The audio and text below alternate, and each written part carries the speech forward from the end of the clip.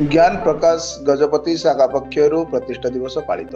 गजपति जिला पालाखंडी स्थित उत्कल हितैषणी सभागृह ज्ञान प्रकाश प्रतिष्ठा दिवस पालित हो जाइछि।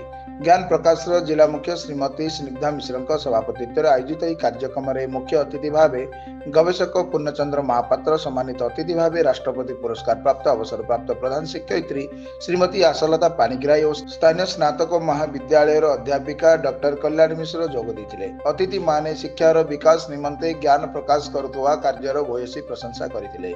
एही अवसर में आसंता अगस्ट मास 2 तारिख में आयोजित हेबाकु थिबा ज्ञान प्रकाश जातीय स्तरीय उत्सवर प्रचार पत्र अतिथि मानक कर कमल उन्मोचित कराइथिला। एही अवसर में श्री जगन्नाथ ओडिसी कला केन्द्र नृत्य निर्देशिका श्रीमती डी प्रियंका निर्देशन अनुष्ठान कलाकार माने सुंदर नृत्य परिवेशन करथिले।